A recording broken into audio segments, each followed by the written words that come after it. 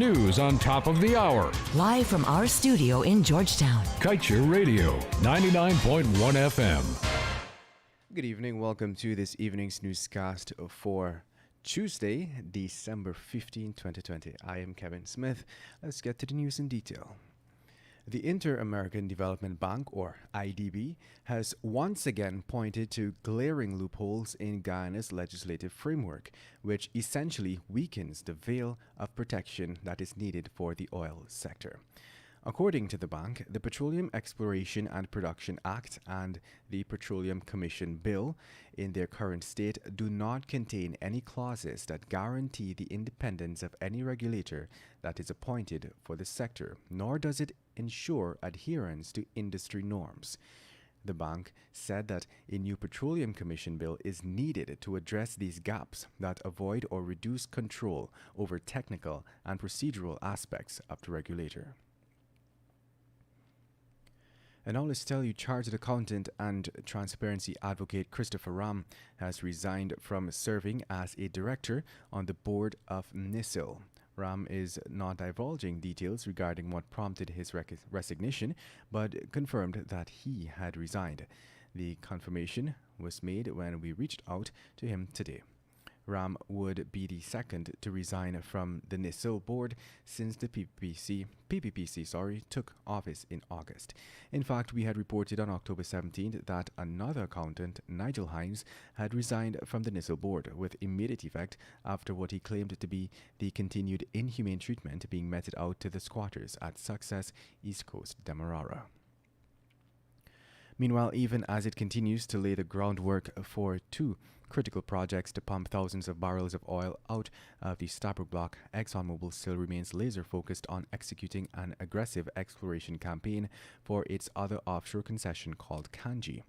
In fact, Exxon has already begun spotting the Bulletwood 1 prospect, which is reported to have a channel complex that is similar to the Liza geology in the Stabroek concession. This prospect will target approximately 500 million barrels of oil equivalent resources.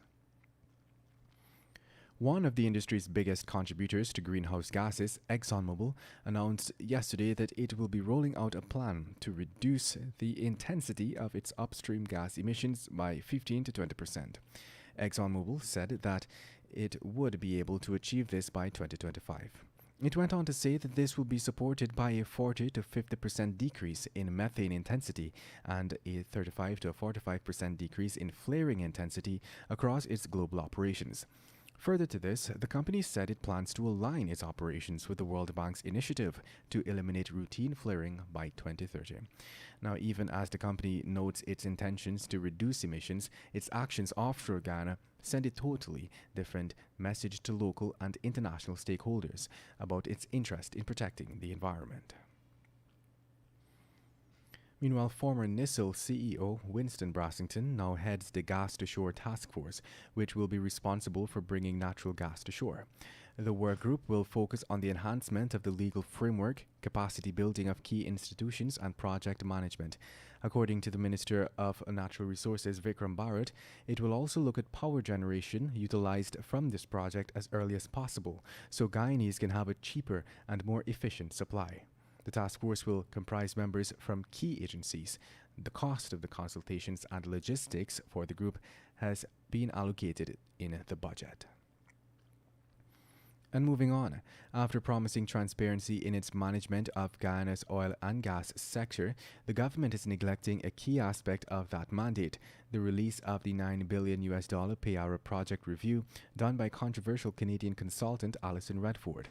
Minister of Natural Resources Vikram Bharat promised that the findings of the review would be made public in September, weeks before the government approved the Payara Field Development Plan submitted by ExxonMobil. Redford, an ex-politician, resigned from her post as Premier of Alberta, Canada, in 2014 for inappropriately spending Canada's tax dollars. She was also found to have benefited from money donated to her former political party by an ExxonMobil subsidiary called Imperial Oil. Redford's team completed its review in 6 weeks. And now let's tell you, according to former Minister of Natural Resources Raffle Trotman, the Munishwar's shore base erected at Houston is unable to supply the needs for Liza Phase 1. He had also noted Moneshwar's shore base is already at its capacity, and for this, Trotman had indicated that the APNU AFC had initiated the process of scouting other locations which could also serve as shore bases. Notably, former Trinidad and Tobago Minister of Energy Kevin Ramnarine had noted that Guyana is expected to have 5 oil vessels in the next 5 years, and that the shore-based demands that these oil ships will need is expected to be significant. And that's the news of the moment. Remember, to get the full details of these stories, pick up a copy of the Kaieteur News. And don't forget, you can catch us on the MyTuner app as well as the Radio Garden app. You can also keep up to